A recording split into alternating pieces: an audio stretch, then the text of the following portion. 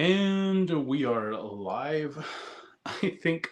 And Skull of Rome, first of all, thank you. And second of all, yes, I'm being for real. I don't know, I don't remember how I remembered the video, but I looked it up this morning and I watched it.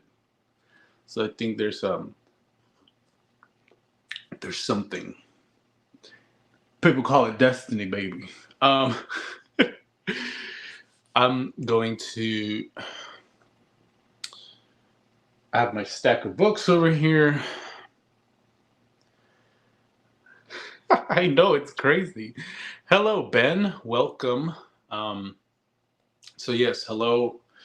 Uh, it's kind of weird to do these because I'm like half recording a video because these stay recorded on the channel, right? So I'm like still trying to be like YouTuber mode, but then it's also live, so I have to like interact and be more organic. I don't know. But hello, everybody. Welcome to everybody coming into the stream. Mythos Managed, Shake and Bake, some good old familiar faces here. Aura Reeds, Kaylee Hamilton, all of you. Thank you so much for tuning in. Um, like the banner says, don't forget to hit that like button. Annihilate it, abuse it, make it submit to you. Um, uh, August, hello. A lot of really, really, really cool familiar faces. So, yes, hello. I'm sure some others will join later. My name is Juan. I am the host of Political by Visions. I review really fucked up books. They have a lot of butt stuff in them. But that's not all I read, okay? And I think you will see in this countdown of my top 10 favorite reads of 2023. I think it'll shock you to see how eclectic some of my reading is, especially last year. I leaned a lot more into nonfiction than I ever had before. So, yeah. Daron, hello. Aaron, Scott, hi, how are you? I'm doing very well, thank you. I hope you are as well. And Dippy Doink, yo, I love your username, Dippy Doink. When Dippy Doink is in the building, that means we need to get started, right? Well, first of all, I need to explain. I have always done like wrapped up my year with like my favorite reads every year that I've been on YouTube. But I realized I was just so overwhelmingly busy and just taken by life and all its troubles that I forgot to do one for 2023. And then like I don't know if like time is flying for me. Like I remember thinking like in like February, I was like, oh, I should really do that. Like I sure it's not too late. And then next thing I know it's August and I'm like, oh shit. And then I thought like, I think it'll be more fun to just do it live and just kind of like hang out, get it over with and stuff. August says that's not all I read, not convinced. Well, you'll see. You'll see. All right, but I wanted to ask the chat. Uh, I do love that streamers nowadays say chat. Chat. What was your favorite book of 2020? Favorite read of 2023, or one of your favorite reads of 2023? Let me know in the chat. Chat. Let me know in the chat. But I will let you know my top 10 reads. I'm gonna go from least most favorite to most favoritist in that order. And there's all kinds of things in store. Of course, as I talk through the books, do let me know if any of them you've read, what you thought about them, that kind of stuff. Okay. So for number 10, I'm going to be talking about. Well, I'm trying to think of maybe if there's anything else I should say beforehand. We'll do it live. Fuck it. Fucking thing sucks. I love that video. That man. It represents me in a lot of ways. For those of you who don't know what I'm talking about, is that Bill O'Reilly? So it's like a news anchor, and he's like trying to read off the teleprompter, but it's having like malfunctions or something. And it's so funny because he's like teetering between like professional, like, TV head, and then just having a fucking breakdown being like, the fucking thing sucks.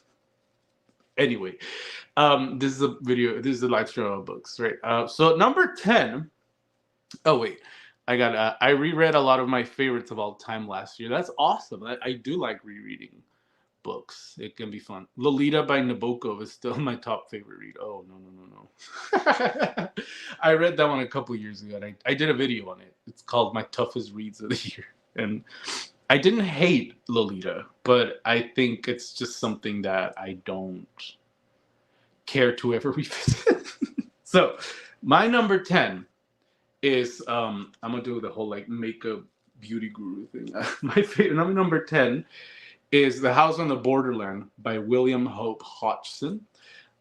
This was actually gifted to me by one of my good friends that I met off of off of YouTube. His name is, I'd say he's a pen pal and a good friend of mine now. His name is Richard. He's this brilliant, amazing Cherokee man from West Virginia, and he sent me a bunch of books. And there's actually, I think, another one that he sent me here in my top 10. So you can tell he's really in tune with what I like. But he sent me this because he usually just shares like nonfiction, critical theory, that kind of stuff with me. But he sent me this work of fiction, and he said it's one of the weirdest things that he's ever read.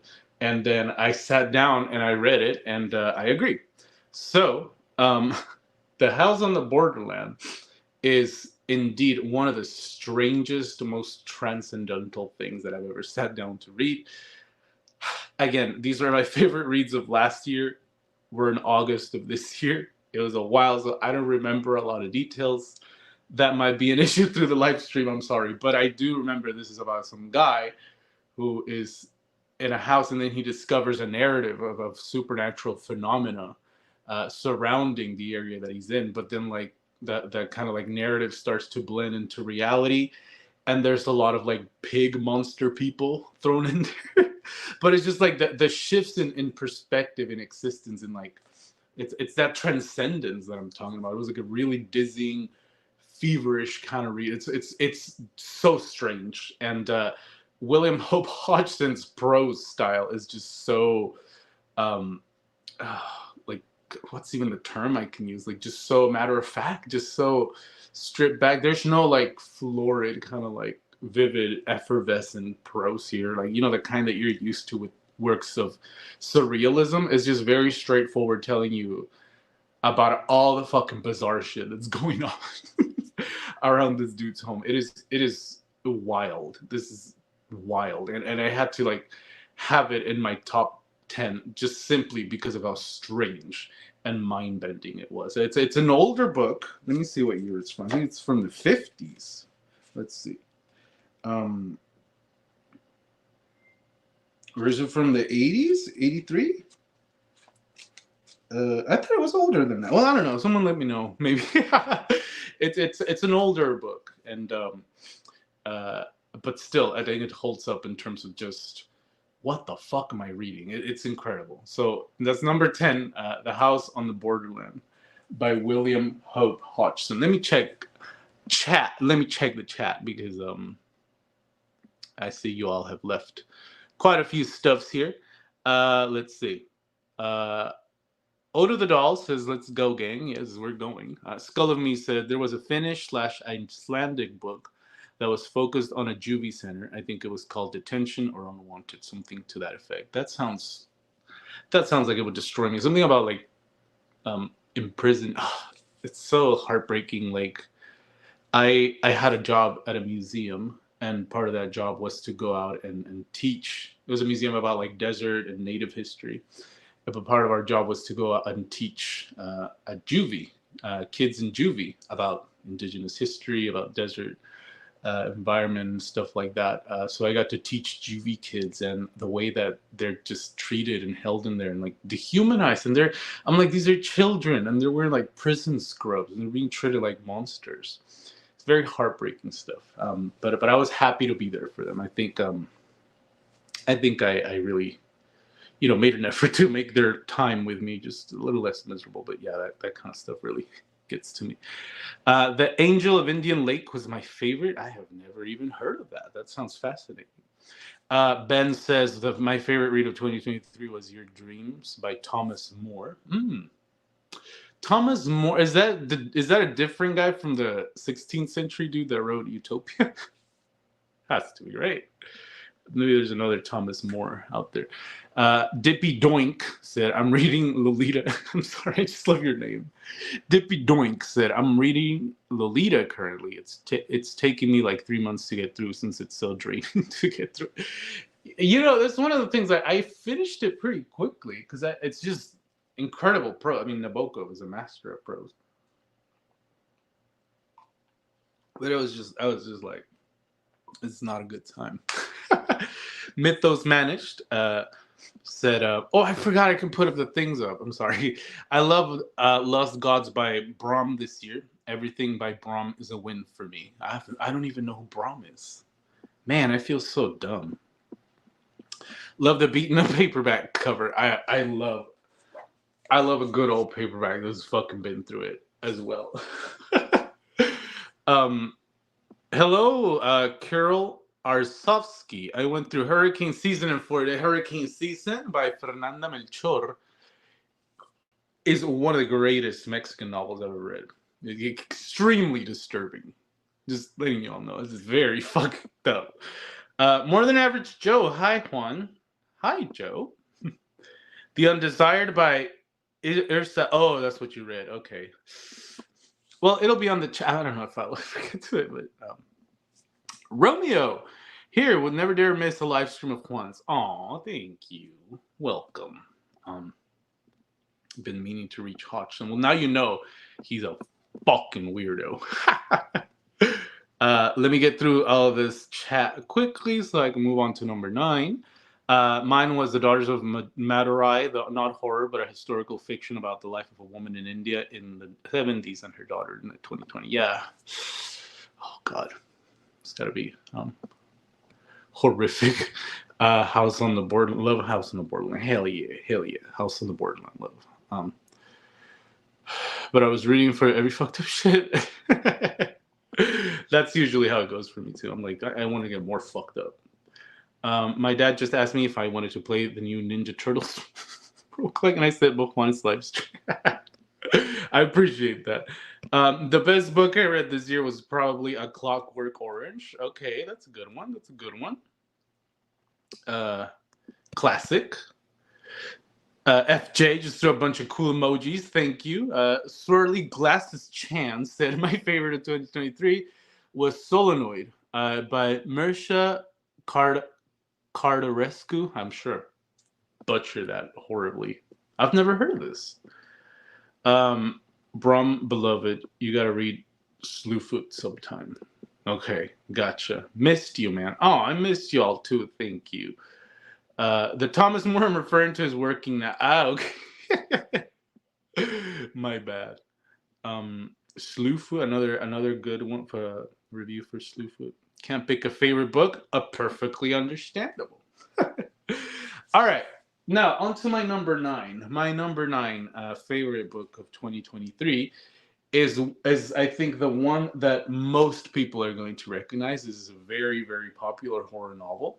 I don't really, I wouldn't say I'm a hipster, but I do have hipster tendencies in that I tend to look for like the more fringe kind of outsider horror, just because that's usually where people go the most insane on the page.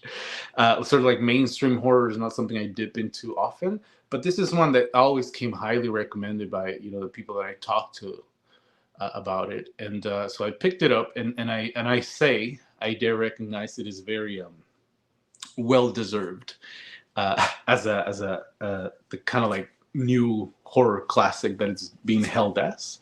This is The Only Good Indians by Stephen Graham Jones. I'm sure a lot of people have read it. Now, Stephen Graham Jones, it is he is a very popular current horror writer, but I do also note that he is very polarizing. I think that you either vibe with his prose style or you don't. One of the things that I will say about it, it's a criticism that I hear often, and I think after having read a lot of his prose, I would say it's a valid criticism, but I don't take it as a criticism. I enjoy it, but his prose is very dense. and it's very all over the place. It's very conversational. It's very like kind of trying to emulate the feel of like oral storytelling, right? But a lot of people don't like that because they tend to get lost, or they think that he's just rambling on and on about nothing. But I do find that even in his rambles, even his dense rambles, I mean, they're there for a reason. He's very methodical about the things that he includes in his novel. But The Only Good Indians is about this man who's sort of like carrying this ancient, sort of like ancestral curse. Um, I don't know if I can say much more than that. There's a lot of basketball in it as well. But it's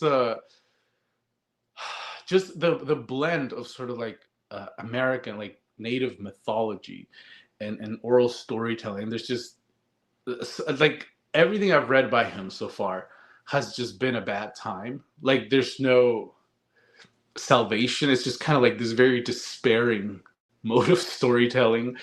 And it's the thing I like the most about it is that it just kind of very matter-of-factly tells the story of something just so fucking horrible and unbelievable, unflinchingly. And then there's moments of like really gory violence in here, and just tells them to you straightforward, and they kind of like play into the narrative naturally. And it's just, and I really am fascinated by the way that he hides ghosts and monsters like in the most unlikely places. So they're like behind a ceiling fan, or under a trailer, because that's where he sees a lot of these like a lot of this human calamity that affects a lot of native communities. That's where they kind of fester, like the quotidian sort of boring, draining, lulling day-to-day life. But yeah, I think this is a brilliant novel. It definitely wouldn't be for everybody. I actually, one of the things that I also liked about it is that there were some parts in here that I was like, I wasn't really like get scared, like hiding under the covers. But there were some parts in here that I was like, ooh, that's spooky, and I like that.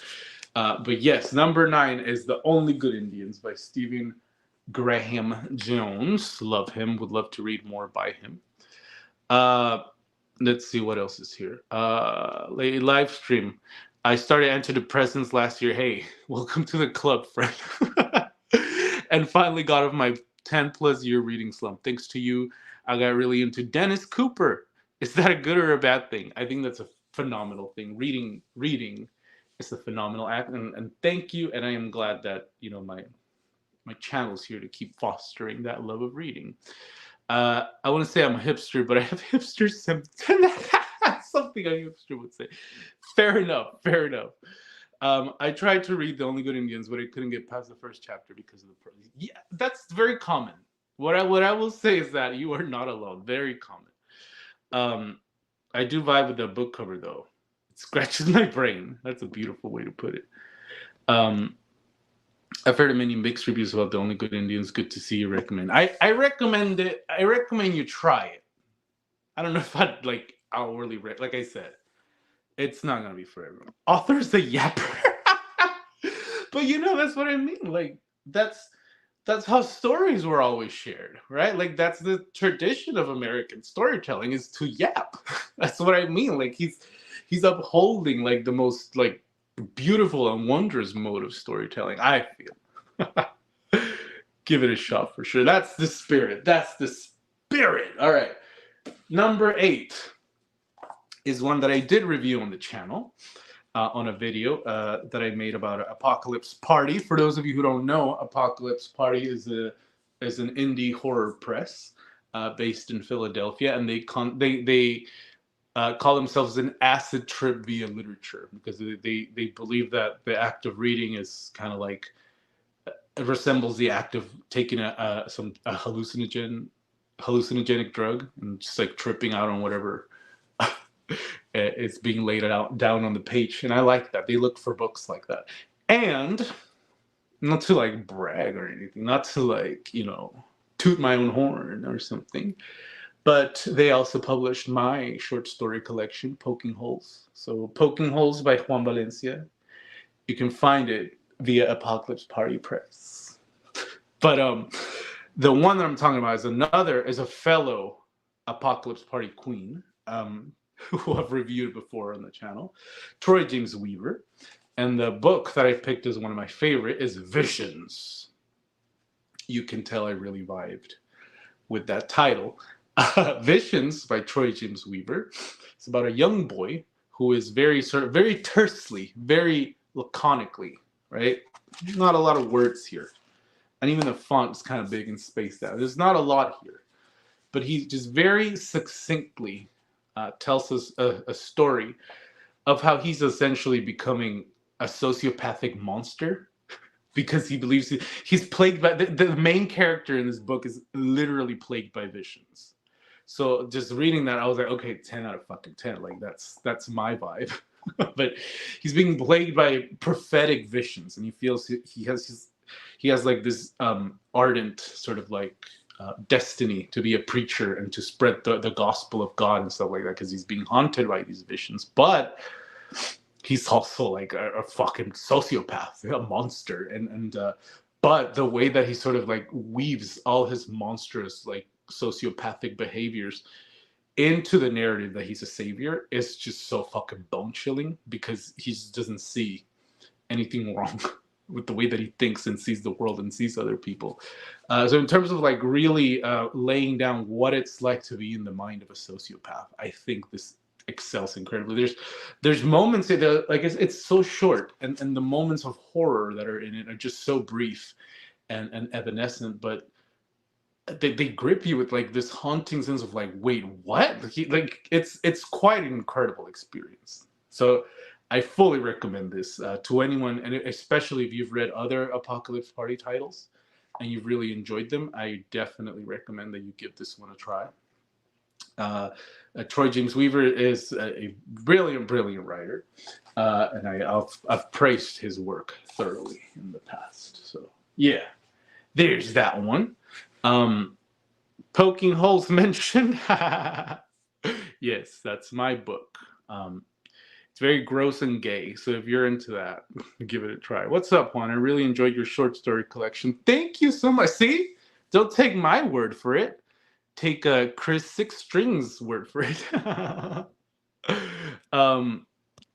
Let's see. Reminds me of that meme that says something like, reading is just staring at dead wood and hallucinating. Exactly. That's the Apocalypse Party vibe. He's you forever. He's me for real. Well, I'm not a sociopath, I don't think. Maybe I am, and I just haven't noticed. I have got to read this. Checks off all my icks in a good way. Yeah, you're gonna enjoy Visions for sure. Okay, number seven. This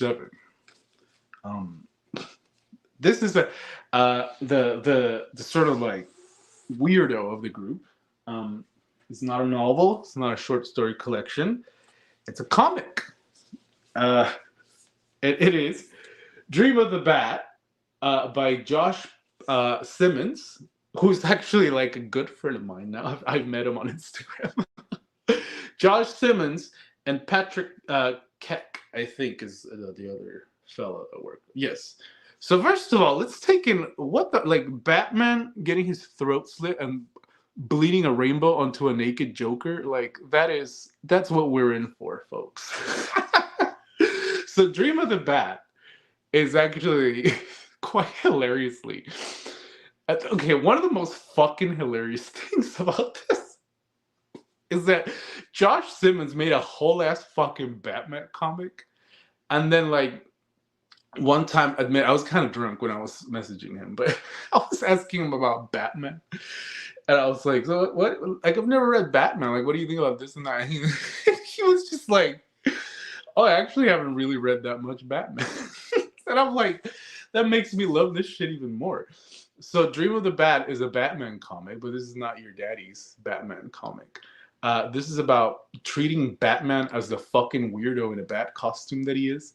And he has like this really intense homoerotic relationship with the Joker in this. So that might be something you're into. But this is just so fucking bizarre. Because it's like a Batman comic mixed with like Mike Diana or like those kind of like outsider comic artists.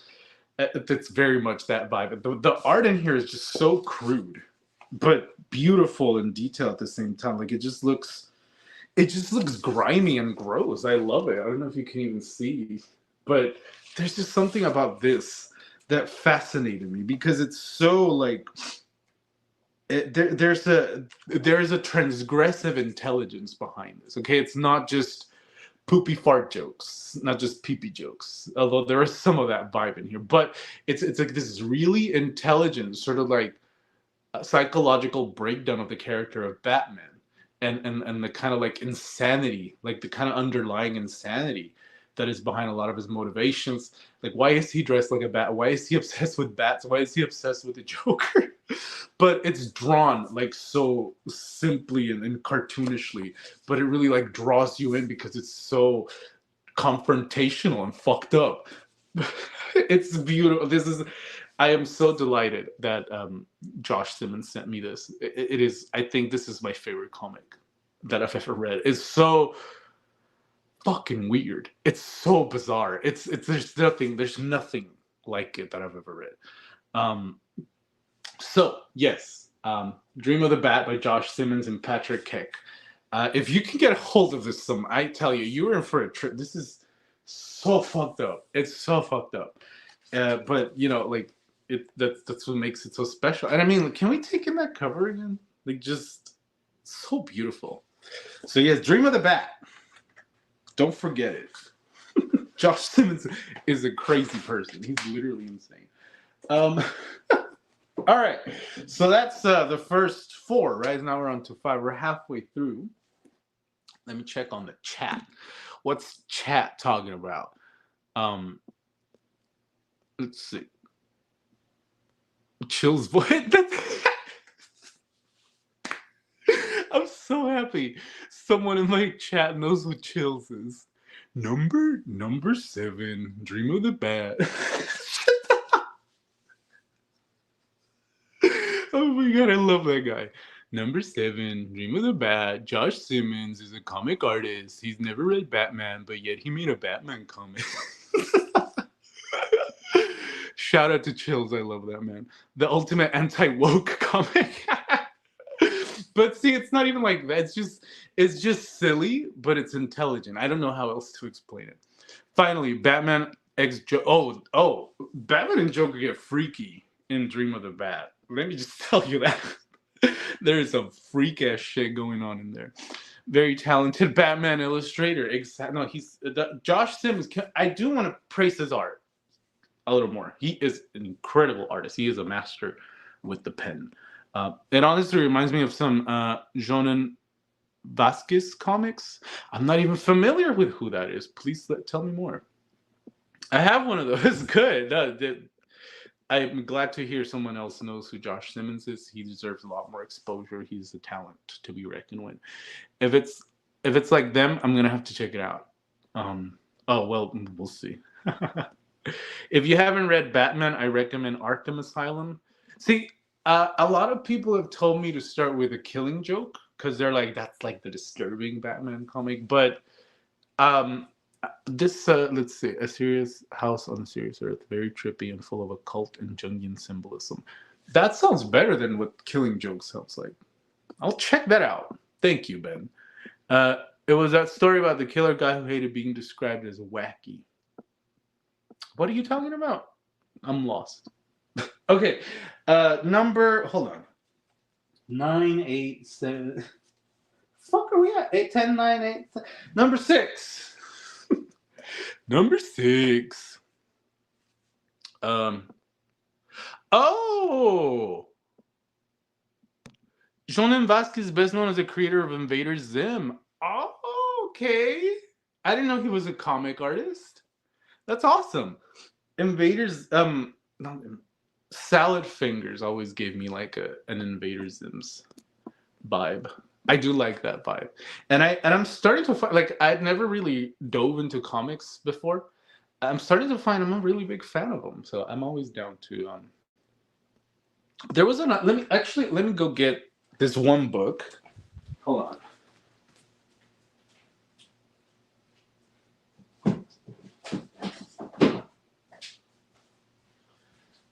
There's another. I hope y'all can hear me.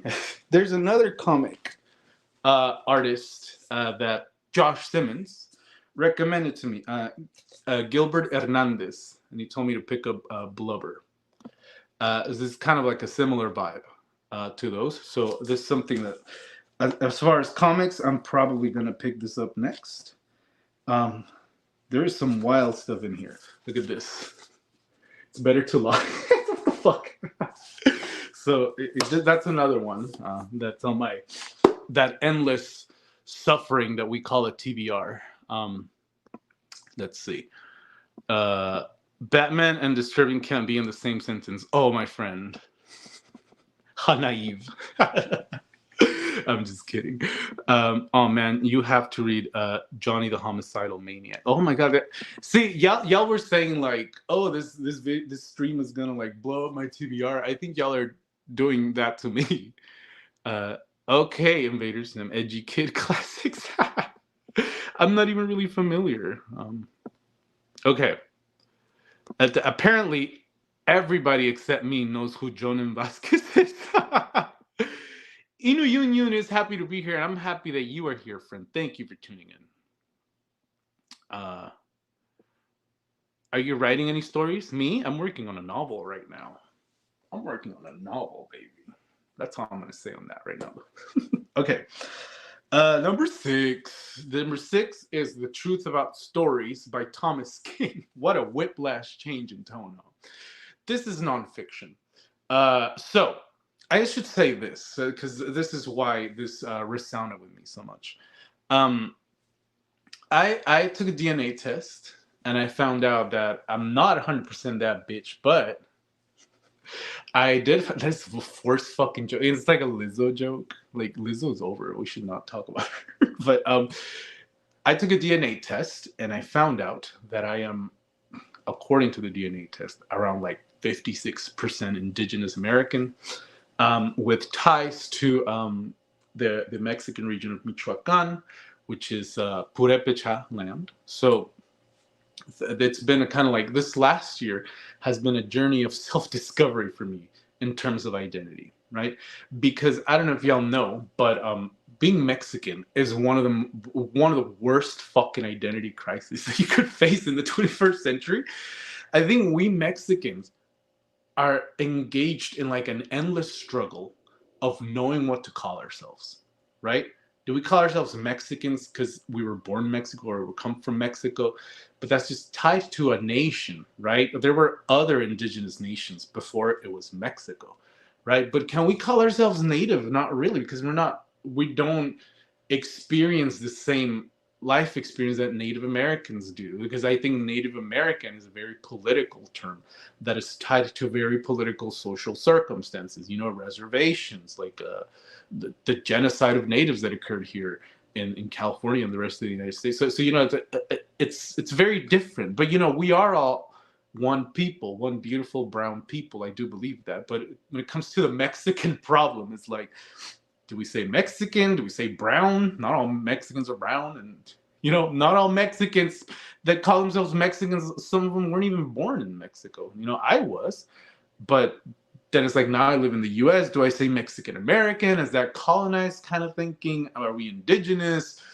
Do we claim, the land so I'm from Purepecha land? Should I say I'm Purepecha, but I don't have cultural ties to like Purepecha, even if that's my ancestry, So then came in Thomas King. The Truth About Stories. Now, Thomas King is kind of like this amazing, what do we call it, trickster kind of figure in the literary scene when it comes to owning a native identity. So he is actually of a native ancestry from Canada, but he himself, his identity as native has been contested. Some people say, you're white and you're playing at being native, blah, blah, blah. But the Truth About Stories is where he lays out where exactly this thing we call identity comes from. And he says, the reason of the title is because there's a beautiful quote in here where he says, stories is all that we are, right? Like our native ancestors, our indigenous ancestors never knew what, blood quantum was. They never knew what, like, They didn't really even see themselves as, tribal. They were just nations. They were just people who lived as one with the land. Right now, that's changed because of all the political intersections that have gone on. Right, but he's saying, well, all the same, today, the people that continue to uphold indigenous culture and identity do so because of the stories that they've been brought up with. Stories are the central key to the imagination that allows us to find our identity, right? And so after reading this, and it's just so beautiful and profound, and I started to find, I really started to think, well, I am indigenous, right? Maybe I can't outright just say I'm indigenous American, but that's part of my ancestry. And whether by, being tied to it or not, nonetheless, it does define me. It is something that is an essential part of me. Just meditations like that, just so beautiful and thorough. And he is really funny too. He does it with humor. I love his writing style. It's just so easy to get into. And there's a quote in here from a Métis, which I'm probably pronouncing that right.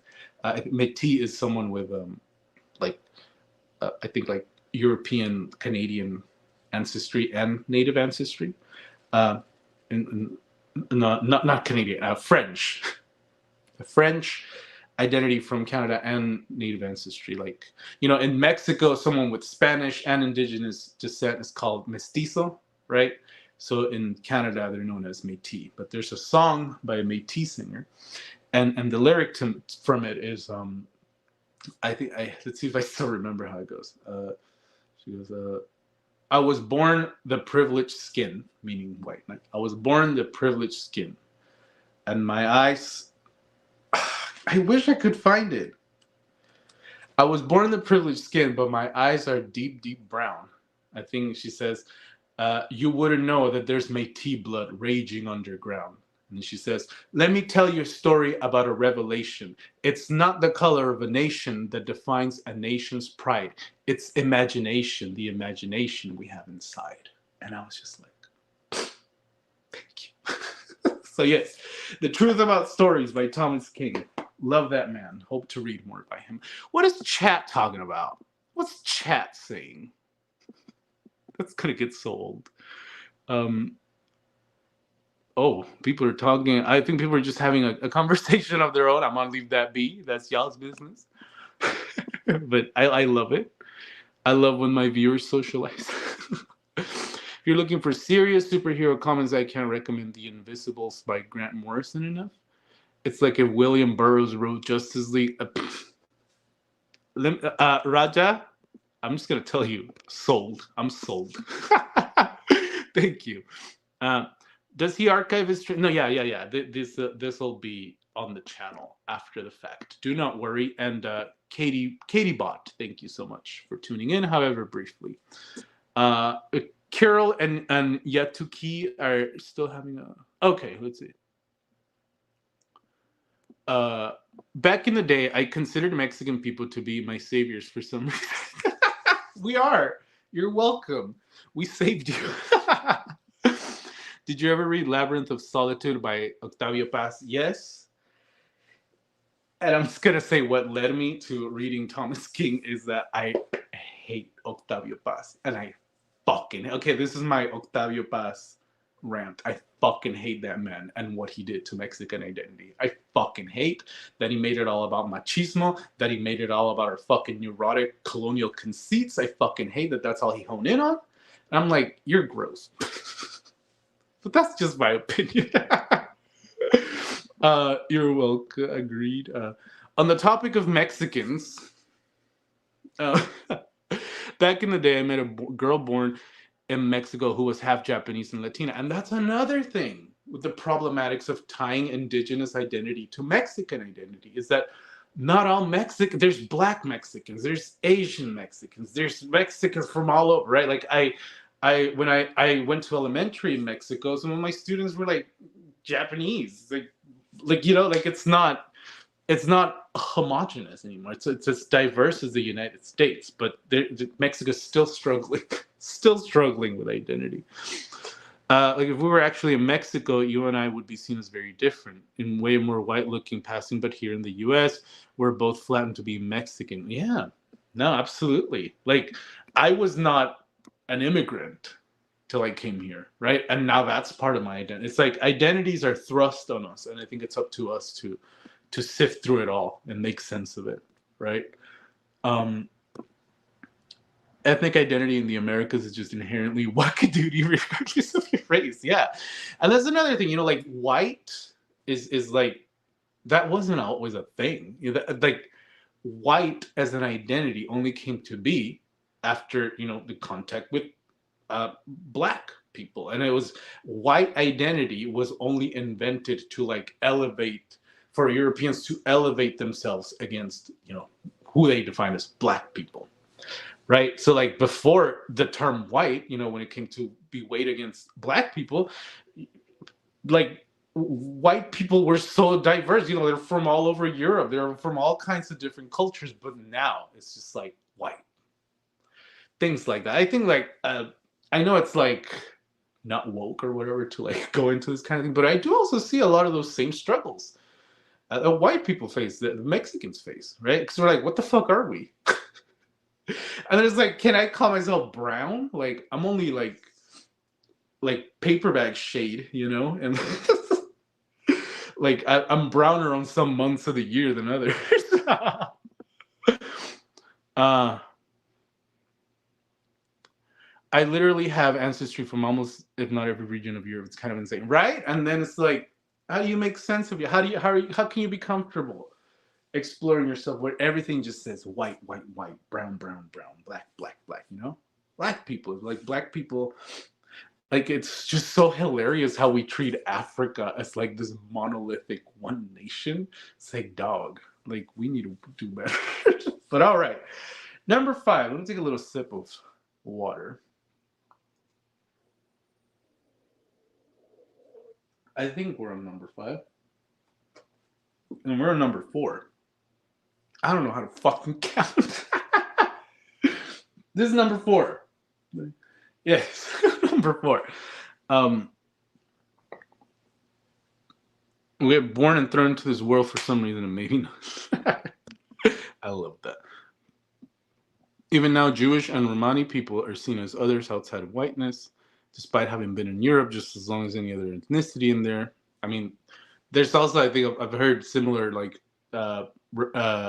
meditations on Italian. Like Italians were once upon a time not white. Race is weird, dog. Race is, like, if you really study race, you can really tell that it was really fucking dumb people who came up with all that.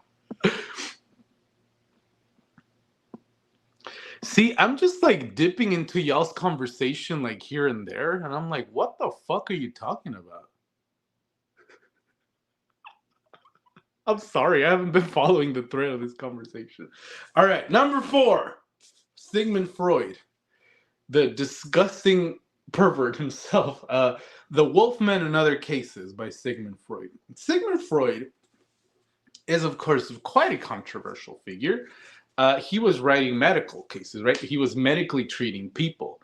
But the way he was doing it was like not very chill, and especially, readings of him now against, feminist and critical race theory lenses, you can really see the man was just fucking hated women and people of color and didn't really see him as quite as human as his constant definitions of man, white man. But this is fascinating to me. Exactly. I like this. Sigmund Daddy Freud. Now, Sigmund Freud is a man who probably didn't really reach that many like actual medical conclusions. He was trying. Oh boy, was he trying, right? But is he still valid in the medical field of psychology? Not really. Only as kind of like this fascinating blip. Like he did do revolutionary movements for the field. But a lot of his let me just tell you, for example, my favorite case in here, the case of little Hans. He was treating this little kid who was afraid of horses. And then the way that he approached it was, oh, this kid's scared of horses because they have giant dicks, and he's actually scared of them because he has daddy issues. And I'm like, how the fuck did you come up with that, dog? Like, you need to be on something. But the reason I love this is because like it's a translation, of course. He originally wrote in German, right? Someone correct me if I'm wrong on that. Translated by Louise A.D. Hewish. And I just felt like saying that because no one ever fucking thinks or credits the translators, myself included. I've always dropped the ball on that. But translation or not, Sigmund Freud is like a really good fucking writer. He should have just wrote fiction. Like he should have just. And I mean, he kind of did. I mean, everything in here is just like his imagination, right? Weighed against the medical reality of his patients. But that's what I love about him, is that he fascinates the human mind unlike anything else I've ever read. He's just, and then like his signifying chain of conclusions, right? Because he draws conclusions from literature. Like his definitions of the uncanny, for example, were born out of like a close reading of a short story by Hoffman, The Sandman, right? Like he was as much a literary critic as he was a human critic, right? Like he was using literary criticism almost, but to incise into the human mind. And the way that he unravels neuroses, the way that he unravels medical cases is just so captivating and engrossing. And the terminology that he comes up with, he's just a wildly imaginative fucking ride. I think that he was a brilliant fiction writer who sadly thought he could be a psychologist. But I tell you, if you sit down and read this as like a work of fiction and you really kind of place yourself in the mindset of, here he is being presented with like this enigmatic group of people who are suffering from like the weirdest cases that I've ever read of, right? But he tackles it with like such poise and like decided sort of logic. But he also, fascinates the darker, sort of like less defined corners of the human mind, the unconscious, the kind of like darkness that permeates a lot of our actions that are almost seem involuntary, right? He is just so inventive with his ways of sort of building a narrative out of the human mind. And I absolutely fucking love this. So if you feel like reading some fiction that is really good and wild, read Sigmund Freud, read his factual medical cases, and you'll be like, holy shit, he is a force to be fucking reckoned with. Right? What the fuck is happening? I don't know what they're talking about. YouTube doesn't give me the option to buy super chats. Does anyone know how to fix that? Aw, thank you for trying. You don't have to buy a super chat. You can just hang out with us. Bryce, thank you for tuning in. Freud walks in, plays the creep. It's the Oedipus complex piece was really Oh, I love how many of y'all read Frantz Fanon? He wrote Black Skin, White Mask, The Wretched of the Earth, and he fucking hated Freud. And when Freud was talking about Oedipus complex like it was a medical reality, Frantz Fanon was like, "Bitch, you're just projecting right now. You're talking about you're talking about mythology that's like not monolithic to everybody's culture, right? That's just like centralized in one mode of culture, like Greek, European, all of that." Like he's like, dude, like you're fucking delusional. I love reading Freud as much as I love reading people tear Freud a new one. The word daddy and Freud in the same sentence, call it a Freudian slip. Freud walks in, plays sister fucker.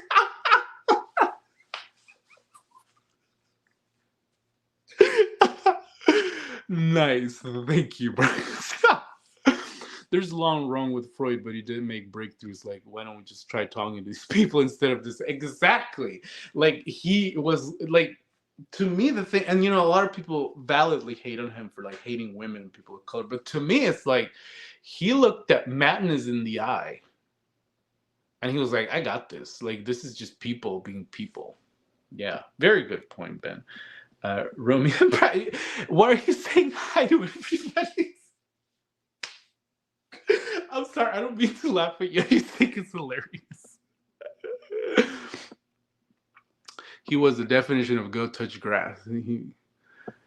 He was more into like going and touching ass. Big fan of your work, Isai. Hello, thank you for tuning in.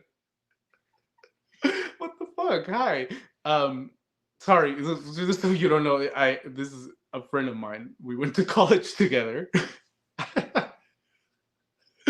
Was not expecting to see you here, friend. Thank you. I love his videos. Thank you. Didn't Freud do a lot of coke? Probably more than coke. I'm just gonna say that. Sigmund Freud should have written fiction as a wild tip, but you're so right. Right? Like, he should have just wrote novels. I'm like, dog, what? Go put your talents where they matter. Major speedhead. You know what? I get it. Everybody was on coke. Freud speculated about psychology and got people to believe his crazy stories. So did L. Ron Hubbard. At least Freud didn't start like a cult, a murderous cult. Bitch, you're projecting as a phrase. For real. Frantz Fanon taught me, like, whenever someone's spewing like white colonial nonsense, you just need to be like, bitch, you're projecting right now. The projection's going crazy, homie. So I admire Juan, even though he disagrees with Freud's views. Juan, I love that you talk. Oh, I mean, the third person. I feel like a famous YouTuber. No, seriously, like, this is something I should get into it a little bit. Most of the comments that I get on my videos are addressing me directly. I think that has to do with, I'm a smaller channel, and it feels more conversational. Like, we can actually talk to each other, as opposed to like PewDiePie, or I don't even fucking know if PewDiePie still makes videos, but you know what I mean? Like, it's always like very direct. I get comments that are like, I love your video. I loved how you said this and that. But whenever people write about me like this, it just trips me out because I feel like, I don't know, I feel like a famous YouTuber or something. I don't know. But I'll just say thank you when I posted it. You know that's it's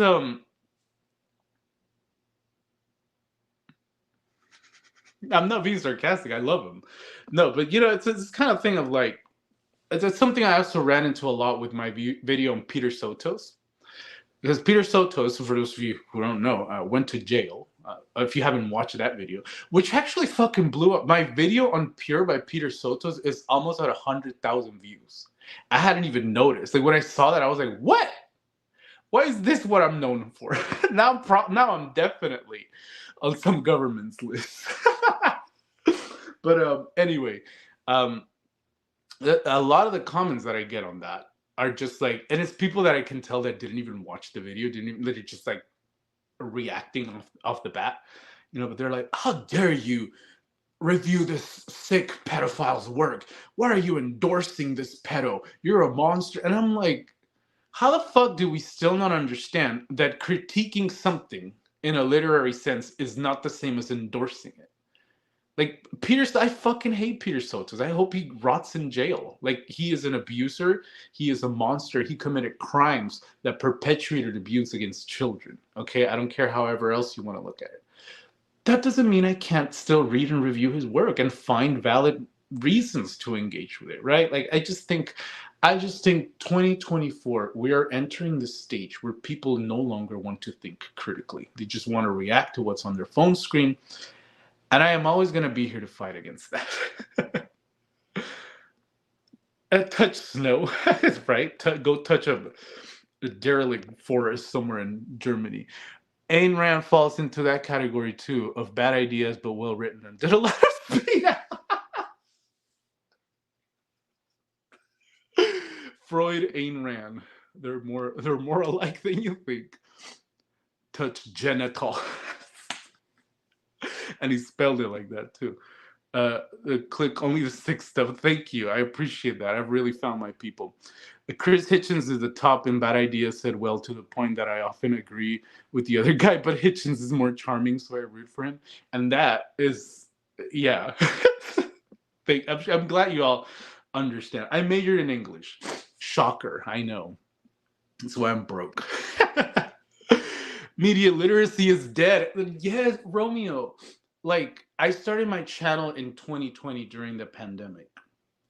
And up to now, it's just been this journey of witnessing people thinking less and less and less when they engage with my videos. It hasn't gotten that bad, but I do definitely notice we're on an intellectual decline. And I'm like, I'm worried, dolls.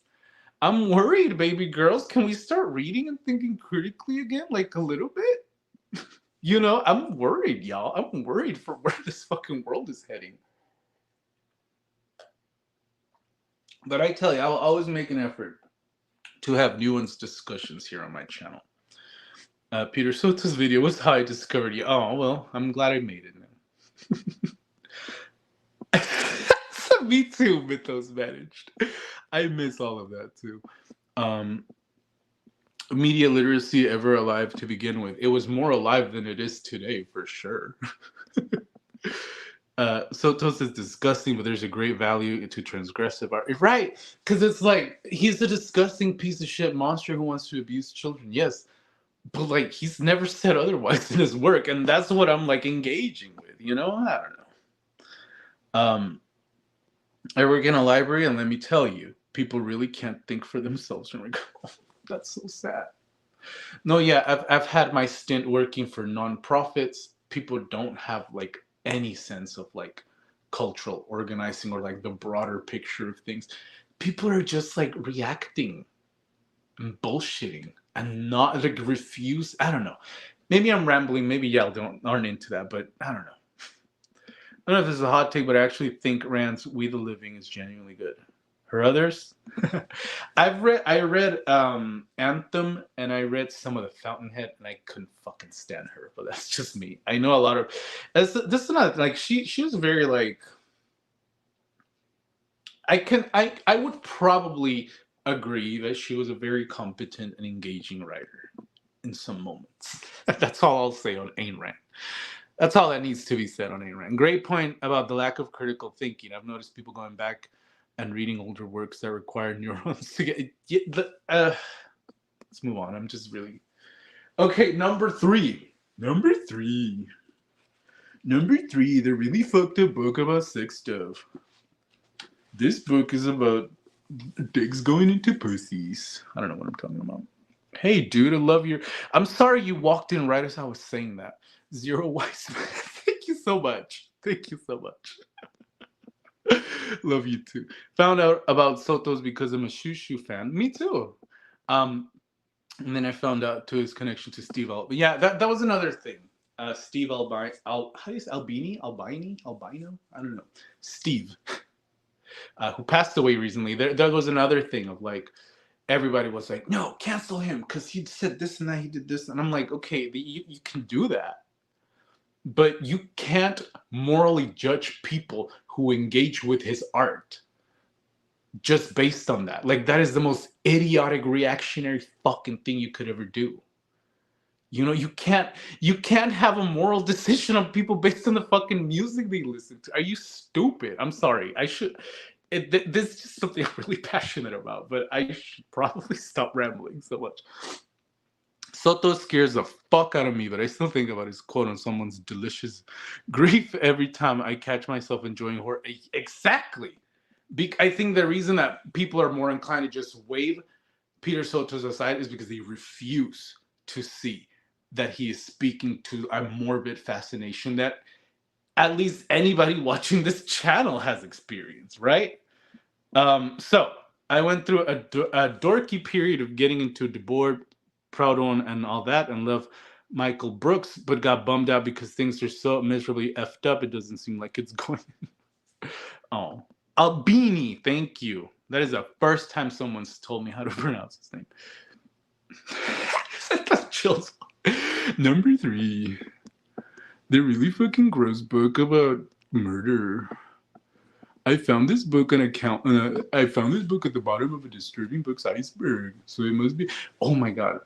Okay, I'll move on to number 3 after this ramble. I fucking hate disturbing books icebergs. Have y'all watched those?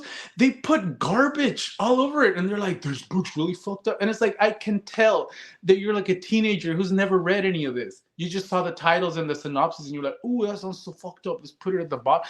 Like, there's no engagement with any kind of like, there's no significant literary engagement in any disturbing books iceberg video that I've watched, and it's why people have always asked me to do it. I refuse. I hate the format.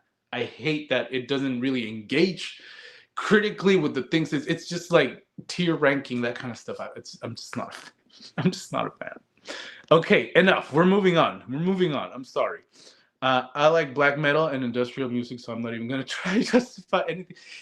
And it's like, dude, like pop stars are rapists. Like Taylor Swift, the most popular pop star today, is destroying our planet environmentally. But it's fucking chill to like her because she's Taylor Swift, right? And she doesn't sing about gross stuff. I'm like, people are dumb. Sorry. I think this is the angriest video I've ever made. I'm just a really angry person today. Nice. That's the way to watch it. He's an amazing producer, but he was also an edgelord. Yeah, I don't know how serious he was being. That's the thing, right? We never really know, and it doesn't really fucking matter, you know? I found you through your Story of the Eye review. Oh, you know, that is one of the videos I'm proudest of. I'll say that. So thank you, Swirly Glasses Chan. I love you. Is that a reference to Girl Chan in Paradise? Because if it is, I love you even more. The Schizoid Iceberg videos. Dude, I saw somebody put Wade Garrett at the bottom. Wade Garrett's books are full of like atrocious grammar, like cookie cutter, like one-dimensional characters. Like it's just rambling about like edgelord stuff. And I'm like, oh, that's the most disturbing book ever? All right, girl. Live your truth. Exactly. Derogatory. Exactly. They're like, now we're gonna talk about The Shining. It's so funny. Right? Like, if there's anyone we should be bringing the energy that people brought to Steve Albini, bring it to this girl. She's literally destroying our planet, and we're all chill with it. Like, you know what I mean? What is going on? Too much TikTok brain going on. You know, I am so proud of myself that I've never been on TikTok. I'm so proud of myself for that. I don't know how I found you, but I went some Becky's fantasy booktubers to you, and Nick Spears. So when it comes to disturbing content, has been pleasantly. You know, I've heard a lot of good things about Nick Spears. I've been meaning to check out her content, and she's also one of few. Like, I've also done it. I know a couple other content creators have done it, but she's actually one of few content creators who's actually spoken up about like the systemic murder of children and innocent civilians going on in Palestine. So I really appreciate her for that. Story of the Eye is a masterpiece, or at least I think someone told me she's doing that. Might be wrong. Story of the Eye is one of the greatest works ever penned. It is the Girl Chat reference. Nice. Nice. You get a lot of points for that. Oh my, I hate that book. But you know, maybe like that's, I was going into it because everybody was like, this is the most disturbing, it's so fucked up, it's gonna give you nightmares. If they had recommended The Slop to me as this book is hilarious and goofy as hell, I think I would have enjoyed it 10 times more. You know, it's all about the tonal.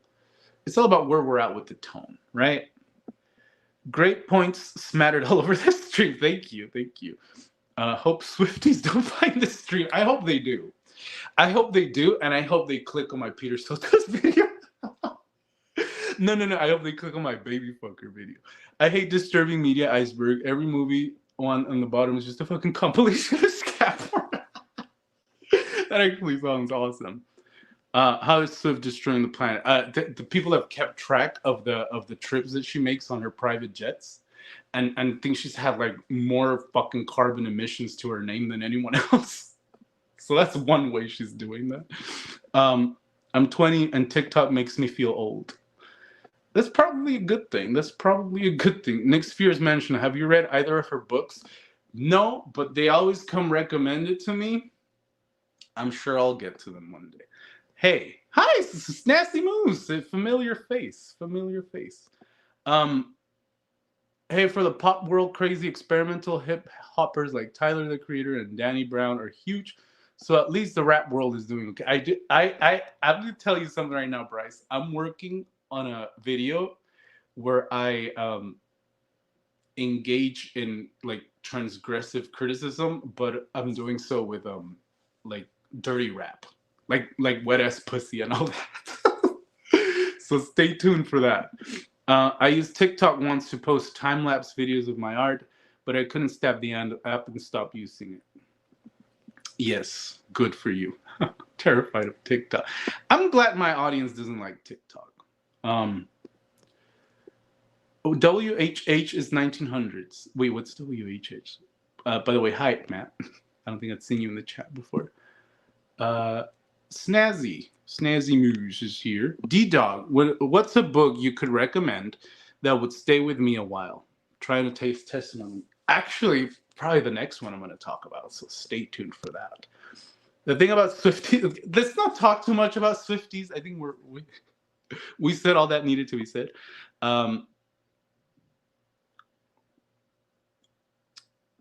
Okay, you know what? That is a valid point. That is if they piss off Trumpers, that's a valid point. Fluids is pretty good. I've heard that too. Doja Cat is hilarious. Like, have you heard of the rapper Cupcake?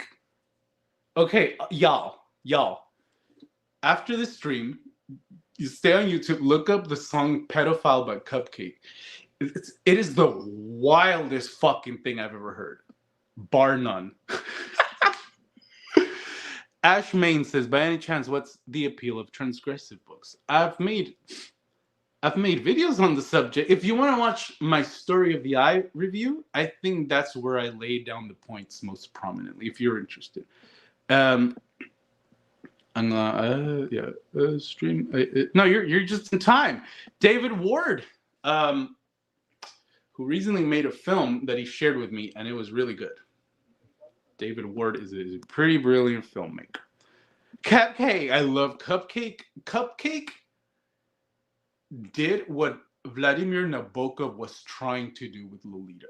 Let me just say that. I love Cupcake. Dude, I have a Cupcake shirt. She is a fucking icon. I love her. She is the master of transgression today. I'm not kidding. I will die on that hill happily. Zola is on extreme read, but seeing it differently when I started talking to the author. The author is so nice and phony. Who's the author of that?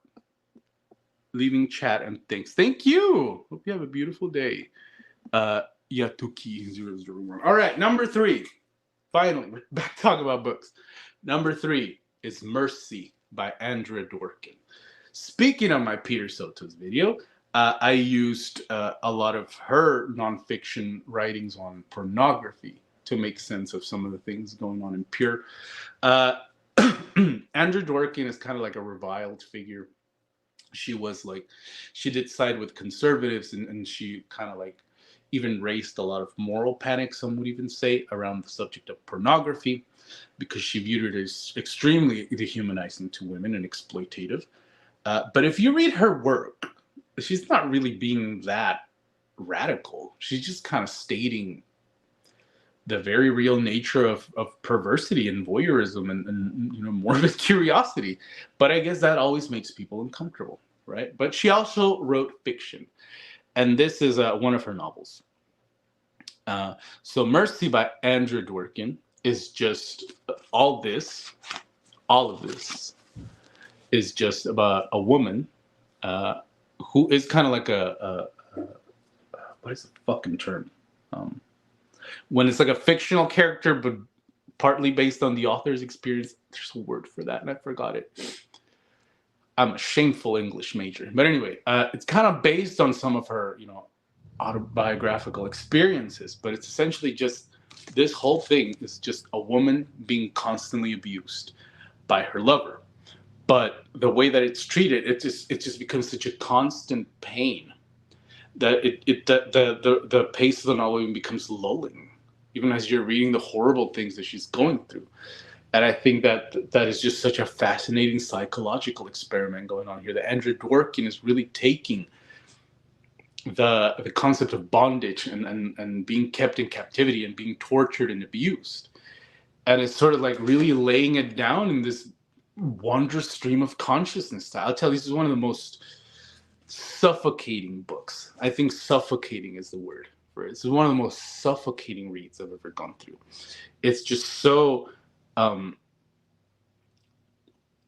fucked up, but like it's kind of like you're sinking into the tortured and ruined psychology of this woman, little by little, chapter by chapter, and it doesn't let go. And it is one of the most brutal depictions of torture and abuse that I've ever read. Peter Sotos was a big fan of hers. I don't know why I said was. He's still alive. He's a big fan of her. Maybe not for the same reasons, right? But I think that Andrea Dworkin's writing does resemble Peter Sotos' writing a lot. But I like Andrea Dworkin more because she writes from the perspective of the abuse. That's the main difference. But it retains the same like constant fascination with abuse, with pain, with being dehumanized. Like I think her and Sotos are equally fascinated by these topics, but for like polar opposite reasons. And I just find her to be an incredible voice. I would love to keep reading more, but I keep exploring her works. But this is one of her novels. It is incredible. If you want to like really experience that modality of transgression, where you really understand the nature of pain and what it does to people's psyches, I don't think I can recommend a book more than this. Mercy by Andrea Dworkin. Incredible. Incredible. Let's see. What are people saying?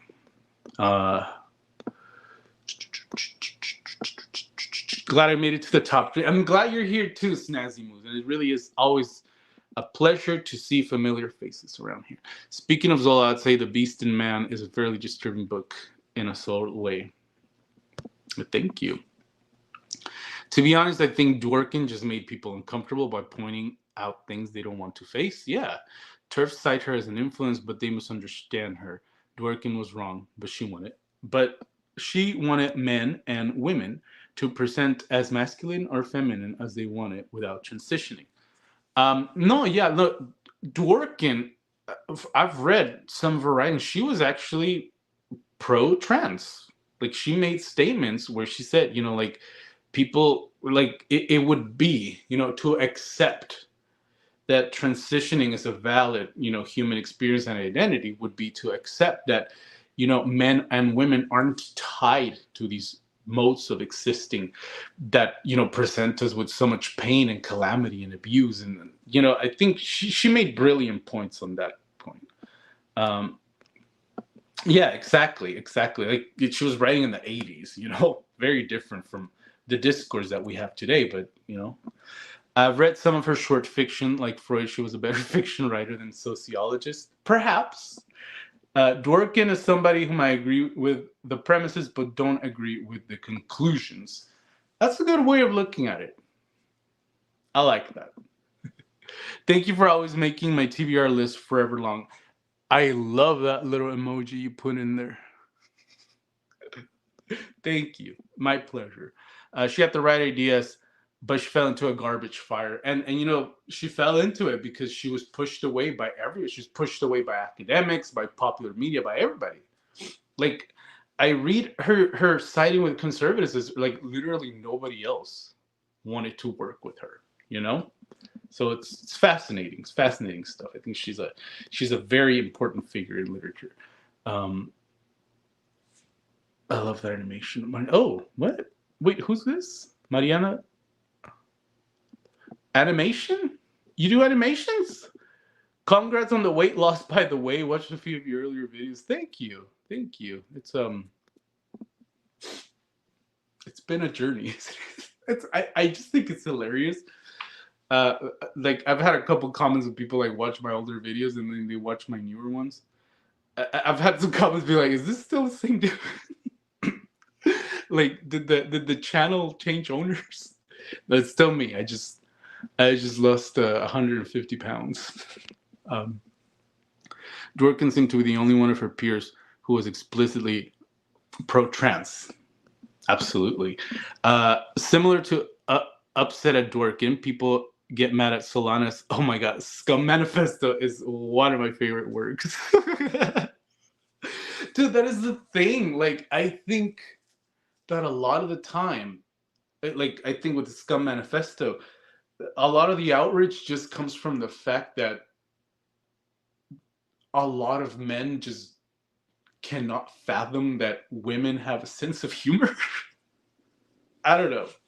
That's what it seems like to me sometimes. Exactly. My profile picture is from the 1970s. Oh, Belladonna of Sadness. That's what it is. I hadn't even noticed that. Cool. Sorry. I should try to kill Andy Warhol. Come on. Give her a break. It was just Andy Warhol. I have to read Scum Manifesto at some point. Oh my God. Scum Manifesto literally says something like all men are walking abortions, because we all start as XX chromosomes, and like Y chromosome is a mutation. She's like, men are literally walking abortions, aborted at the fetal stage. They're barely people. And I guess that made a lot of people mad. Exactly, trying to kill Andy Warhol. Oh my God, rest in peace, Andy Warhol. Up your ass. Oh, sounds like her. All right, number 2. We're almost there, y'all. Thank you all for tuning in. I'm having a blast. I really needed this. I feel like this is the point where we're hanging out at the table at Chili's, having some good food, some good conversation, and then I take a step back and I'm like, thanks, y'all. I really needed this. I really needed to go out with you. All right. Number 2, Discourse on Colonialism by Aimé Césaire. I hope I'm pronouncing that right. I'm going to put the name up there. Aimé Césaire. This is like, what do you call, like the seminal work of post-colonial theory. And it is wondrous to see the start of a movement. This book is like, it's like I'm holding a fire in my hands right now. The way that, and look how short it is. Like, you could read this in one sitting, and I recommend that you do if you're up for it. It's nonfiction, sort of like a discourse on the dynamic between the colonizer and the colonized. But it lays out like these such incisive, powerful points about the nature of human evil, about the nature of master and slave, about the nature of bondage. He just kind of unravels this myth, of white supremacy, of black inferiority, just completely undoes it with such poise and intelligence. Like, I want the entire thing tattooed in my frontal lobe. That's how much I loved it. It is incredible to see him sort of like pull the rug from under the white world's feet and say, no, like, all these positings that we have, that we take as objective realities, can actually be deconstructed if we look at the human nature that drives so much, the flawed human nature that drives so much of this white supremacist and colonial discourse. Incredible. Like, just an explosion on the page of just brilliant ideas. And one of my favorite parts about it, I don't know if Césaire, Aimé Césaire. Close enough, right? I'm sorry. One of my favorite parts in it is that he actually does a close reading of a book. And this book is The Chance of Mal d'Aurore. I don't know if y'all have ever heard of that. It's that it is one of the strangest books ever written. It is it is surreal, bizarro stuff. I recommend it. But he does a close reading of that, and he says surrealism really fits into the precarious mode of existence that white colonial people exist in, because it is such an absurdity for them to still sort of claim to be these integral, high, ranking members of the world, while they commit while they've set the entire world on fire. He says like surrealism is sort of like the most vivid condition that we live in a world where we've been told something, but we see something else. That's what colonialism. It's incredible. It is incredible. He is brilliant. A brilliant writer. I am so happy that I read this. And I only wish I'd read it in college. I can't believe I missed it. But yes, Discourse on Colonialism, brilliant, mind-bending stuff. And it really is this sort of thing like the way that colonialism is sort of like destroyed the world. And yet, the discourses behind it are still like being upheld as true. I know I'm probably just repeating myself, but man, what a work. I'm having a lot of fun revisiting all these titles as I go through them. I think we need a book club trip to Chills. It's time. Why don't we do Plagued by Visions Con? We'll do it in Florida. Really been looking for a book like this for a while now. Hard to know where to start because colonialism is so perverse and normalized. Start with Aimé Césaire, please. I don't feel like I'm watching Nemo try to say anemone. Oh, when I was trying to pronounce his last name. Anemone. Discourse on Colonialism sounds like something me and my friend would love to read.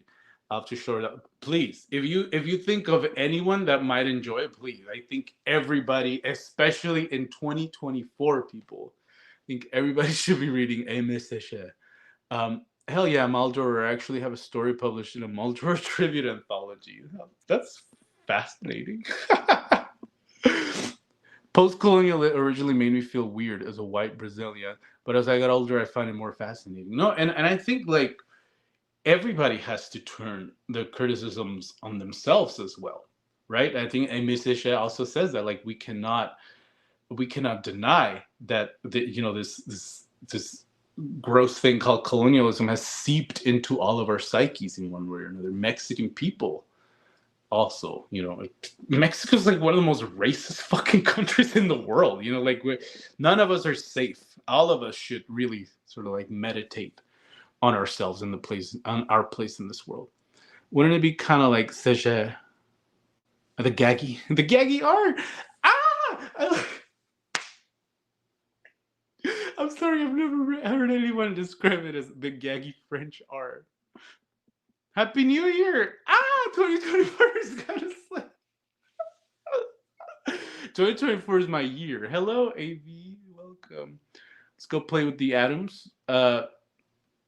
It's definitely very different. Hope you enjoy it. Kind of drifting off. I got Killer Queen stuck in my head now. Wow, you're drifting off while I'm talking about colonialism? Wow. Just kidding. I'm to get into Frantz Fanon. You should read Black Skin, White Masks. I can't wait for Plagued by Visions Con. It's going to be the weirdest freaks sitting by themselves on their phones. And then I'm not even going to show up. I would come to Plagued by Visions Con. Thank you.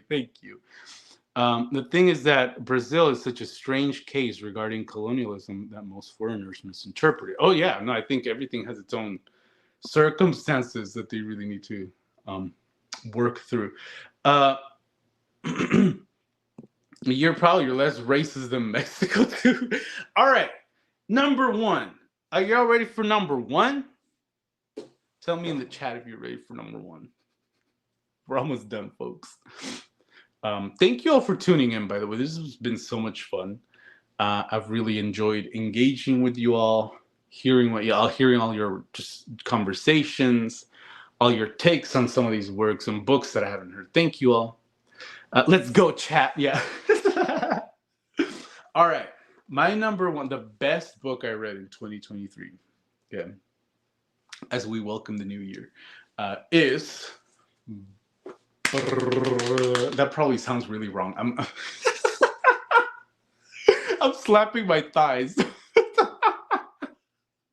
I was trying to do a drum roll, but I don't think that sounds appropriate. Anyway, the best book I read in 2023 is God is Red by Vine Deloria Jr.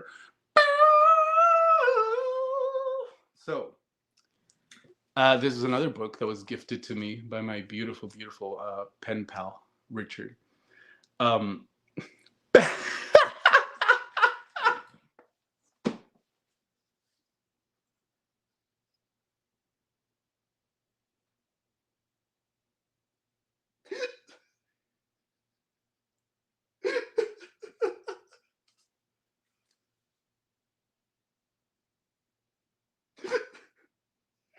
oh my fucking God.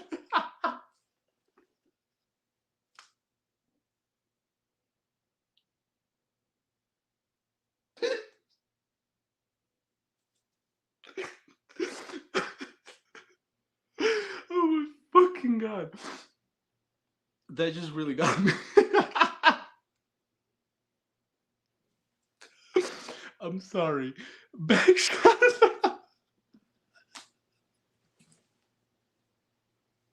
Ow. I'm getting a cramp. Oh my fucking God. Thank you, AB. Backshots. SpongeBob party music. Oh my God. Plat roll there. I'm sorry.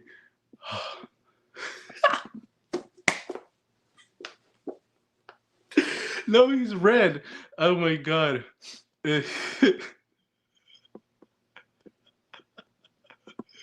I'm sorry. Okay. What's this? Game over. God is Red by Vine Deloria Jr. Now, of course, the title is a brilliant, hilarious play on God is Dead, right?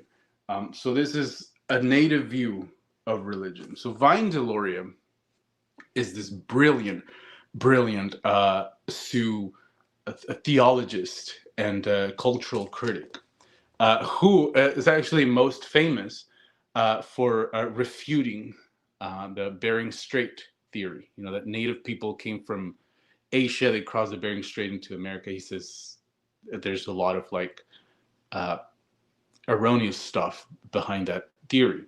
And he has a book because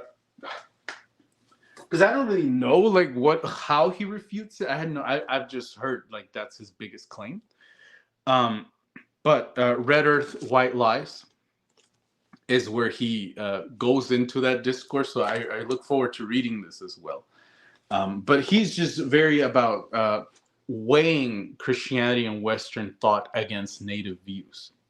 And that's all that this book is. You know, he takes the concept of Christianity and he weighs it against native spirituality.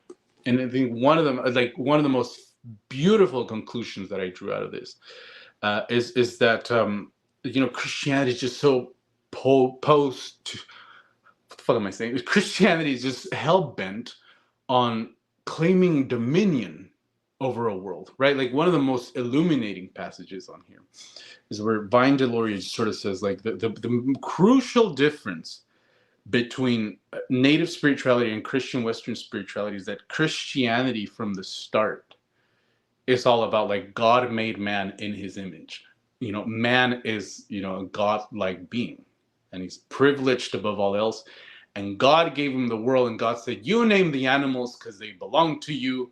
Like even women fucking belong to you, right? And now you go and you rule the world, right? Because it's yours.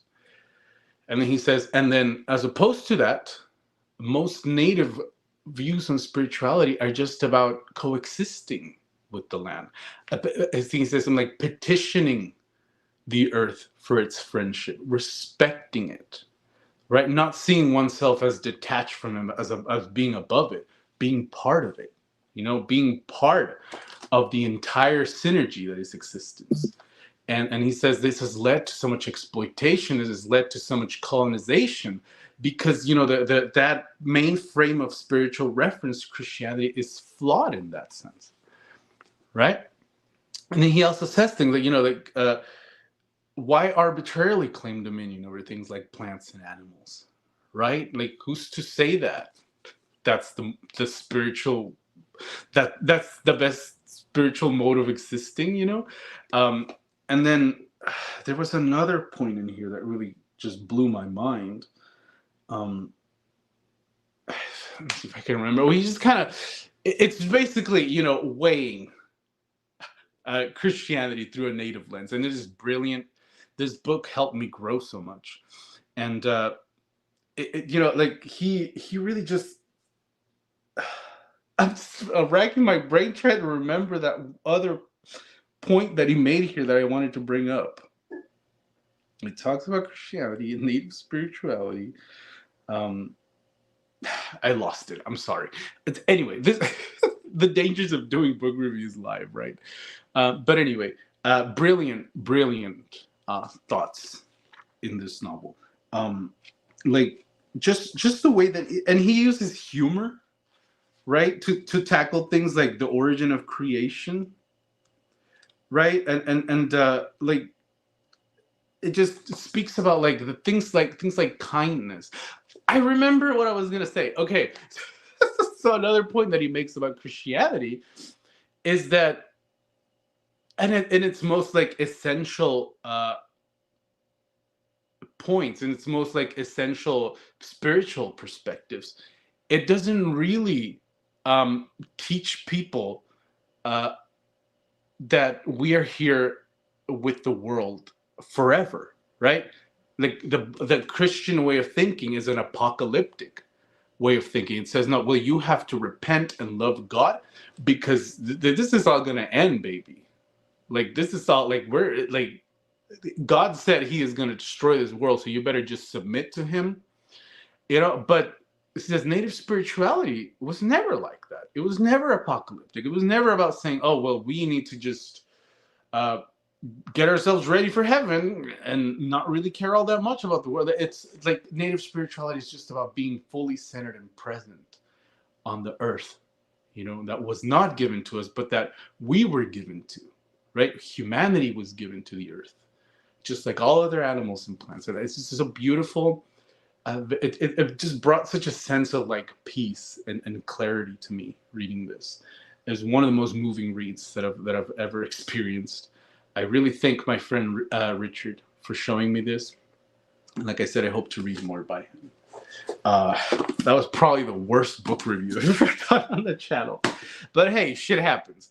All right, that was my top 10 favorite reads of 2023. Thank you all so much for tuning in. Don't forget to annihilate that like button. Let me check on chat real quick one last time. Richard Dawkins found dead in Miami. Bonjour. Hi, above, below. Bonjour. Bonsoir. Bonsoir, frérot. I don't know French. I'm homesick as hell, and this stream is keeping me very entertained. Thank you, Platypus. Glad you enjoyed it. Thank you for tuning in. For some reason, my fucking chat turned to French. I love it. So true, King. About don't. It's not my point. It's Vine Delorious' point. Okay, I have to go record. Can't wait to watch this back. Another expected slate. All my love to you, Avi, and luck to you recording. Ça va tu et... I don't know. I took Duolingo. I should know this. Actually, I like listening to this perspective. I highly recommend. Even if you're Christian, look. Even though I've been very critical of Christianity on my channel, let me reassure you. My view on life is always, and I hope will always just be, as long as you're not an asshole, right? Just don't be an asshole. Don't lose sight. Don't lose perspective of your humanity just because some religious leaders are telling you to, right? You're Christian, Catholic, just be a good person, right? Just don't be an asshole. But I tell you, this book is I think it's really valid to, even if you're a Christian, explore the ideas in here. You know, weigh them against your spiritual thinking and see if there's something that where somewhere where you can meet halfway. You know, I think that's really the message that needs to be spread. It's not about saying like you're a bad person if you believe this and that. It's more like take your ideas and beliefs and have them help you be a better person. Like it's as simple as that. Like I've just seen. I think it's especially salient. I think to read something like this in 2024 because we're seeing Christianity get co-opted by fascists and turn into this ugly, monstrous thing, right? And I just wish that more Christian people who are truly Christian, who truly embrace the Christian faith, would see how important it is for you to raise your voice against these people, you know, that are like marring your spiritual way of thinking with their bigotry, right? And I think we all have a personal responsibility to make clear sense of where our spirituality and our moral convictions truly lie and to always be kind, right? And I think that's the message that Vine Deloria is also imparting. It seems like because of constant Christianity became about dominating people under a unified Rome. So maybe monotheism literally flipped from being about unifying people to intolerance. Yes, because in that sense, you know, it kind of creates this bubble of, well, now that it's being used as a tool for conquest, like we have to stand for its violence as well, or like look the other way. This is kind of very, very dangerous ways of thinking. Obviously, got to read God is Red. I hope you do, and I hope you enjoy it. Yes, everybody. Okay, the takeaway of my live stream: read Vine Deloria, and then let me know what you thought. Hate paganism, but it forced their religion on others. Dude, like, all I have to say about the state of Christianity today is mega churches. Mega church. What the fuck is that? Where is y'all's soul at? You know, like what is happening? How have you lost? How have you lost the concept of what being a Christian is like so bad? You know? And I see so many like American Christians, like Christian nationalists or whatever, just there's lost people. It's heartbreaking, you know, that we've become this. And then, you know, mega churches like Christian zealots, like bigots like that, they're like people want to say, oh, like people don't want to believe in religion anymore. It's like, well, yeah, y'all made sure of that. You know, because you turned religion into something horrid and putrid. This has been a rant-filled live stream, hasn't it? I like the pantheist view that we're just one more expression of an interconnected universe. What you describe reminds me of Soto Zen or Taoist perspectives. You know, I would love to read more about spirituality. I've never really been a spiritual person. I guess that's something I should say. I was born in Mexico, born and raised in Mexico, right? Obviously, I was born and raised Catholic. I was born and raised Catholic, and I really did believe in God when I was a kid. But okay, this is gonna get like I assure you, I am fine talking about this. I go to therapy and all that. I was a victim of sexual abuse at the hands of the church when I was a kid. Obviously, that's gonna make someone not believe in all that bullshit anymore, right? At least in the institutional part of it. And then, you know, like in my journey of like healing and like dealing with trauma and all that, like I just became atheist. I just think like this world is spiritually derelict. Like there's nothing good about spirituality. But up until last year, at my job, I started to work with the Native communities here in my county, who I'd never engaged with before, and they've really sort of like moved me in the direction of having a spiritual view within myself. Like at this point, I'd say I do believe in something like a creator, but to me, like our origin, like the story of our origin, you know, like who made us, who is God, or who is the creator. To me, that's like secondary. You know, it's more like how can I use spirituality, to fulfill myself, to really heal those parts of myself and that kind of. I don't want to go too much into it, even though I already did. But I would say I am somewhat spiritual now. That I do believe that there's something. I've had experiences, personal experiences. Other people, will probably be able to explain it with logic and all of that. But even having faith in things like atheism and logic are their own forms of spirituality, even though they're anti-spirituality, right? Um, so I think like we all just have a personal duty. We all have a personal duty to embrace whatever worldview it is that makes best sense to us, but have that nurture our kindness, our tolerance, and all of that, and not have it further divide us from people. Anyway, I sound like a fucking preacher. I'm so sorry. Christianity was more of an engine to make people submit to people of higher order. That's certainly been used that way, is what I'll say. Absolutely. Thanks for the stream. Really made my evening walk more enjoyable. Oh, I love that you're listening to me while walking. That's beautiful. Everybody's saying bye in here. I am still talking. That's so funny. I'm so sorry. I'm getting to this. I just got to brag speaking.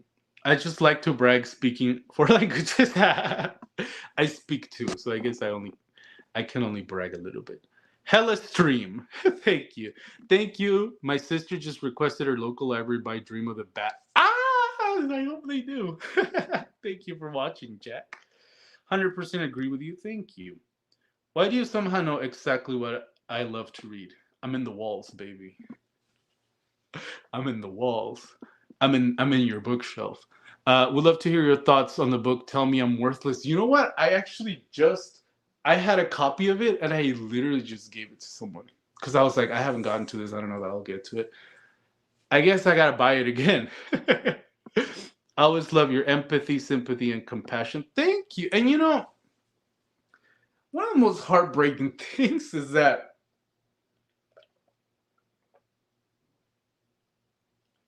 I get a lot of comments that are like, I like that you use empathy and critical thinking. And I'm always very thankful for those compliments, but it also just kind of like leaves me feeling a little bad that I'm like, why is this something that we need to thank people for? Like, why can't it just be like what we expect out of each other? That's why I always try to like stand. And I mean, I'm not going to say I'm like all kindness and hearts and rainbows. I can be a fucking asshole too. I'm only human, right? But I say like, ultimately, one should always reel back to trying to be a good person, right? I wouldn't say I'm a nice person because I think that that's not something that you can say about yourself, right? But what I say is that I always try to be a nice person and sometimes fail. The surprisingly based questions and commentary. Thank you. The gay Brinucci. You're the first one to like actually comment on that. To be quite honest, the only Christian denomination I have a positive view of is the Quakers. I do love their oatmeal. Here's the state. We have Antichrist in Rome, and the Catholic Church needs all Christians come home and help clear house and overturn the tables at the temple. What? There are evangelical drug lords here. Actually kind of awesome. Viva la raza, güey. A la verga que sí, compa. Chinguen a su madre. Thank you. One last book rec before we all go our separate ways. Horror movie by Paul Tremblay. I liked it so much that I can't even fucking remember the title. What's the possession one? Where they're like making a reality TV show about this girl who's possessed. I like that one. So I guess I like Paul Tremblay. I'd be willing to give him another try. I think Christianity has devolved to be immediately tied to your tax bracket. Dude, it's all about money. Like, American Christianity, the real religion behind it is money. And there's like no denying that. I'm sorry, I wish you the best with your healing. Oh, thank you. No, I'm healing. Don't worry. I'm healing. Try Ibogaine. It helps with that type of trauma. I speak from experience. Oh, what's that? Thank you for recommending it. I worship at the cult of what? Plagued by visions is the religion, isn't it? I find any religion grotesque that says that non-believers, non-followers are damned. Exactly, dude. I get Jehovah's Witnesses at my doorstep being like, "You're going to hell." I'm like, "Fuck you," you know? Like, what the fuck is that about? I'm in the I'm in the sink. Yeah, I'm in the sink. Okay, let me get through this chat and then we're gonna call it a stream. How about that? My dad's family is super Catholic and we've had issues because of that. Now I'm an existentialist of sorts. I really connect with Sartre's idea of being condemned to be free. I need to read more Sartre. I've only read No Exit and Nausea by him. I should really read his nonfiction. I have a, let's see. What do I have here? By Sartre. I have, actually, we have Being in Nothingness. I mean, you can see why I've been intimidated, right? But I'd love to give this a shot. Or, you know, I did start reading Derrida, who I always struggle to understand. I'm literally taking him like 2 pages a day, and I think I'm doing well. Finally finished The Exorcist. Hell yeah, I love that novel. I'm glad it gave you sleepless nights. That's what it sets out to do, isn't it? Ever since a certain war broke out, I've seen how devoid of empathy people can be. Amen. Amen.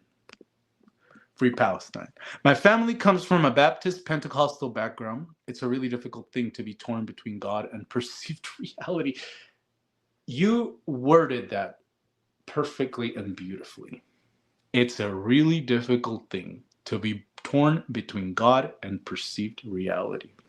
Especially when your perceived reality is telling you, these people that believe in God, they're not really that nice. You're the Antichrist? Very nice to meet you. I'm a big fan. Well, you know, technically, us people of indigenous heritage were the Antichrist, right? The Spanish and then the British came here and they saw what we were doing and they were like, that's the devil, honey. So we're going to kill you all because we're the good guys. Head Full of Ghosts. Thank you, Snazzy Moose. Yes, Head Full of Ghosts was really good. Yeah. Oh, Lynn is here. Hello, Queen. Thank you. Coolest Mexican book reviewer. Thank you so much. I noticed there's not a lot of us out here. We need more Mexicans talking about gross books. Favorite Latin American authors? Juan Rulfo. You're putting me on this. Juan Rulfo is a favorite. Amparo Dávila. Jorge Luis Borges. I like Borges a lot.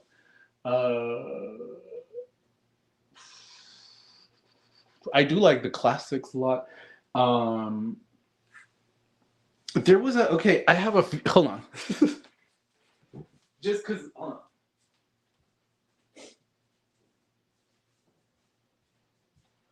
I'm not, I don't think I'm going to be able to tell you about a lot of my favorite Latin American authors, although that should probably be a video I make. But I have a viewer, his name is Chris, love Chris. He watches from Puerto Rico. And he recently sent me some books in the mail that are like transgressive or like horrific books by Puerto Rican authors. So I'll just kind of shout those out here. If anyone's interested and knows Spanish and can read Spanish, because these look really cool. One is La Guaracha del Macho Camacho, which is one of the best titles ever. Luis Rafael Sanchez. There's one. There's one Puerto Rican transgressor right there. Anyone's interested? Simón by Eduardo Lalo. I love that cover. Look at that. There's another one. And lastly, El Corazón de Voltaire by Luis Lopez Nieves. I don't know if this one's also transgressive in nature, but it might be. I just thought I'd show those off. Just, it's interesting. Here's a recommendation. I just finished a book today called The Ill-Fitting Skin. Okay, I love that title. It's like a collection of dark and surrealist feminist stories. Nice. Prefer Camus to Sartre. I do love Albert Camus. I've read a lot more by Albert Camus than Sartre, and he was my favorite author when I was in high school. I read The Stranger when I was a sophomore in high school, and I was like, this is who I am. And I haven't been mentally stable since. His take on Algeria was a mixed bag, but understandable regarding the circumstances. Speaking of the French-Algerian War, y'all need to read Tomb for 500,000 Soldiers by Pierre Guillotat. It's one of the most fucked up things I've ever read. Taming Animals by Hitting Them, because that's what heroes do. What? Latin American authors equals all Spanish, but I agree. Borges is great. Wait, what do you mean? Latin American authors? Latinos? See, I wonder if a Latina like myself, lives in the U.S. and writes, am I still like? Is that still like I'm a Latin American author? Like, would you read my book for Hispanic Heritage Month? I sent you an Instagram DM about how disturbing it is to be a Jew whose history was informed by the Holocaust while seeing Israel commit genocide. You responded with very kind, thoughtful voice. Thank you. No, yeah, dude, this whole, okay, I'm going to get into it, and I don't care, because we always get a little political here. Dude, this whole, Palestine thing, some of the people I feel worse for are Jewish people. Because it's coming to this confrontation of your spirituality and your history of trauma is being co-opted by greedy fascists. That's fucked. That's fucked. So I'm glad that I was able to help. Thank you. Last thing, Neil Gaiman advice to read outside your comfort zone. Sound advice. I'd say no Brazilian. I got a Brazilian man for you. Oh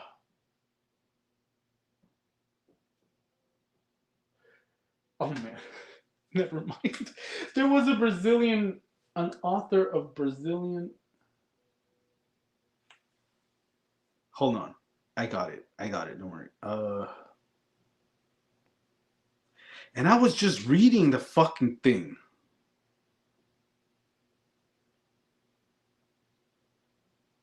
Are you fucking kidding me? Why can't I remember anything? Hold on, is that book? Hold on.